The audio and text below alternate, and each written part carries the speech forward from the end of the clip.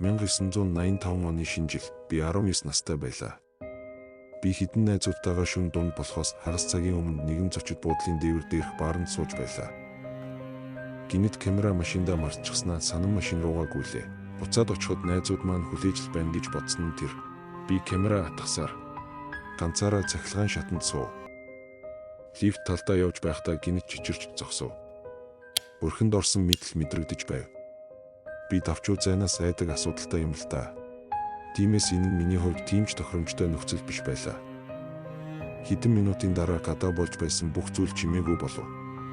Дараа нь лифтний гэрэл унтарч хаанаас ч юм хүүхдүүдийн инээх чимээ сонсогдов. Гэхдээ энэ хүүхдүүд байх газар биш байв.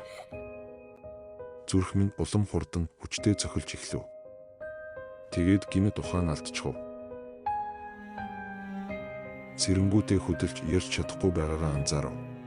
Дахиад сүнсэнд даруулчихаагүй байгаа гэж бодов. Дараа нь гэрэл асч унтарч эхлэв.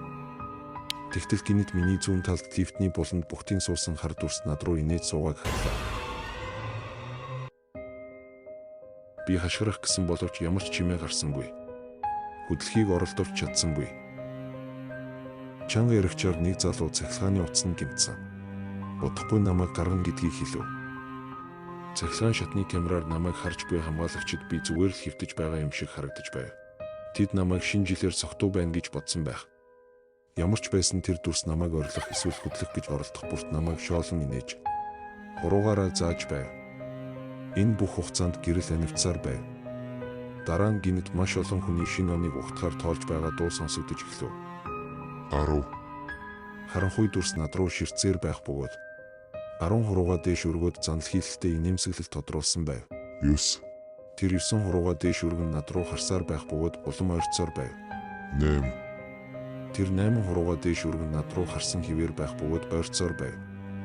7. Адилхан. 6. Адилхан. 5. Адилхан. 4.